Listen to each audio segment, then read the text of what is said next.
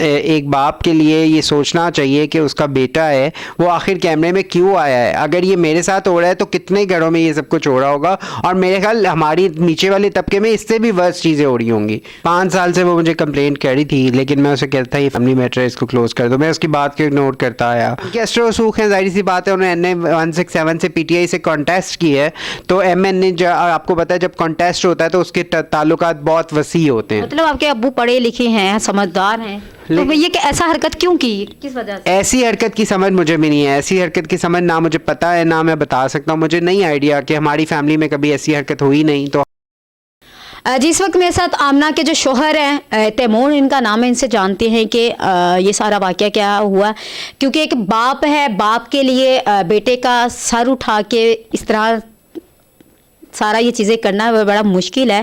تو ان سے جانتے ہیں کہ ان کو اپنے ابو کے اوپر کس قدر غصہ ہے یا اپنے ابو کے لیے کیا کرتے ہیں. السلام علیکم. وعلیکم السلام. جی اچھا, یہ بتائیے گا کہ آپ کو کب پتہ چلا کہ آمنہ کے ساتھ آپ کے جو والد ہے اس طرح کی حرکتیں کر رہی ہیں یا اس طرح کا ظلم کر رہے ہیں, جو بھی 5 سال سے وہ مجھے کمپلینٹ کر رہی تھی, لیکن میں اسے کہتا تھا یہ فیملی میٹر ہے, اس کو کلوز کر دو, یہ فیملی میٹر ہے, اس کو کلوز کر دو. میں اس کی بات کو اگنور کرتا آیا. 2 سال بعد جب میری والدہ کی وفات ہو گئی, اس کے بعد وہ جو میرے والد صاحب تھے وہ کھل کے سامنے آ گئے, اور 18 دسمبر کے واقعے میں وہ بالکل ہی کھل کے سامنے آ گئے. انہوں نے ساری چیزیں جو ہیں وہ کھل کے بتا دی کہ میں یہ سب کچھ کر رہا ہوں, اور انہوں نے آمنہ پہ تشدد, نہ تو صرف تشدد کیا بلکہ اسے ہراس کیا. اور میں اپنے والد صاحب کے ساتھ, میں نے اپنے والد صاحب کے لیے اس طرح کیمرے میں نہیں آنا چاہتا, لیکن مجھے انصاف کی توقع نہیں تھی کہیں سے, تو میں اس لیے کیمرے میں آ گیا. اور میں ساری باتیں کرنا چاہتا ہوں کہ میری 3 بہنیں ہیں جو کہ ڈائیورس ہیں, اور میرا ایک بھائی بھی ڈائیورس ہے, اور انہوں نے مجھ پہ بھی یہی پریشر دیا کہ اسے ڈائیورس دے دو. کبھی کہتے ہیں اسے ڈائیورس دے دو, کبھی کہتے ہیں دوسری شادی کر لو. اور اگر آپ کو دوسری شادی کرے تو جو آلریڈی ڈیورس والے ہیں تو ان کی دوسری شادیاں کیوں نہیں کروائی؟ ان کی دوسری شادی اس لیے نہیں کروائی کیونکہ ان کے لیے ابھی تک کوئی ایسا پراپر رشتہ نہیں آیا جس کی وجہ سے یہ دوسری شادی نہیں کروائی. لیکن بات یہ ہے کہ ایک باپ کے لیے یہ سوچنا چاہیے کہ اس کا بیٹا ہے وہ آخر کیمرے میں کیوں آیا ہے. اگر یہ میرے ساتھ ہو رہا ہے تو کتنے گھروں میں یہ سب کچھ ہو رہا ہوگا, اور میرے خیال ہماری نیچے والے طبقے میں اس سے بھی ورس چیزیں ہو رہی ہوں گی. اور اگر ہم تو ایک مطلب ایک کھاتے پیتے گھرانے سے ہیں, ایک اچھے گھرانے سے ہیں, لیکن وہاں پہ پتہ نہیں کیا ہو رہا ہوگا. یہ کمپلینٹ جب میں سنتا تھا سوشل میڈیا پہ تو میں اسے مذاق سمجھتا تھا, لیکن جب میرے پہ آپ بیتی ہے, مجھے چیزیں فیس کرنی پڑی ہے, تو مجھے اب سمجھ آئی ہے کہ یہ کتنا پریشر ہے اور کتنا پریشر ہوتا ہے ان چیزوں میں.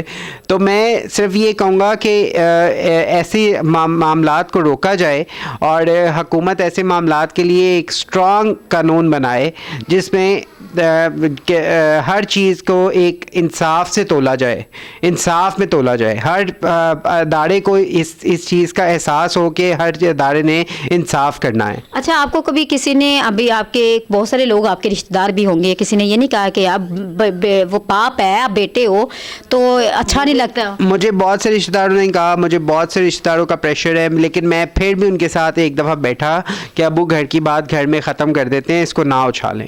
میں ان کے ساتھ بیٹھا, نہ کہ میں ان کے ساتھ بیٹھا, میں 3 دفعہ ان کے ساتھ سٹنگ کر چکا ہوں, اور وہ ایک ایسا کیس بنانا چاہتے ہیں ہم پہ کہ ہمیں وہ اریسٹ کروانا چاہتے ہیں اس معاملات کے بعد, یعنی کہ ایک بدلے کی آگ ہے وہ لینا چاہتے ہیں وہ.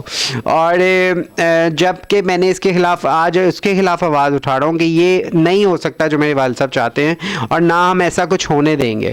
اور ان کے کیسٹر وثوق ہیں, ظاہر سی بات ہے, انہوں نے NA-167 سے PTI سے کانٹیسٹ کی ہے, تو MN نے آپ کو پتا ہے جب کانٹیسٹ ہوتا ہے تو اس کے تعلقات بہت وسیع ہوتے ہیں. مطلب آپ کے ابو پڑھے لکھے ہیں, سمجھدار ہیں, تو یہ کہ ایسا حرکت کیوں کی, کس وجہ سے؟ ایسی حرکت کی سمجھ مجھے بھی نہیں ہے. ایسی حرکت کی سمجھ نہ مجھے پتا ہے نہ میں بتا سکتا ہوں. مجھے نہیں آئیڈیا کہ ہماری فیملی میں کبھی ایسی حرکت ہوئی نہیں, تو ہم ایسی بات کیسے بتائیں کیمرے کے سامنے کہ ایسی حرکت کیوں ہوئی, کہ کیسے ہو گئی.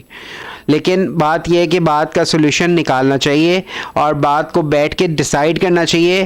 اور اگر آپ کے ابو آپ سے معافی مانگ لیتے ہیں, آمنہ سے معافی مانگ لیتے ہیں, تو آپ کیا کریں گے اس بات؟ ظاہر سی بات ہے وہ باپ ہے, اگر وہ معافی مانگ لیتا ہے تو ہم اس کو, ظاہر سی بات ہے ہمیں سرنڈر کرنا پڑے گا.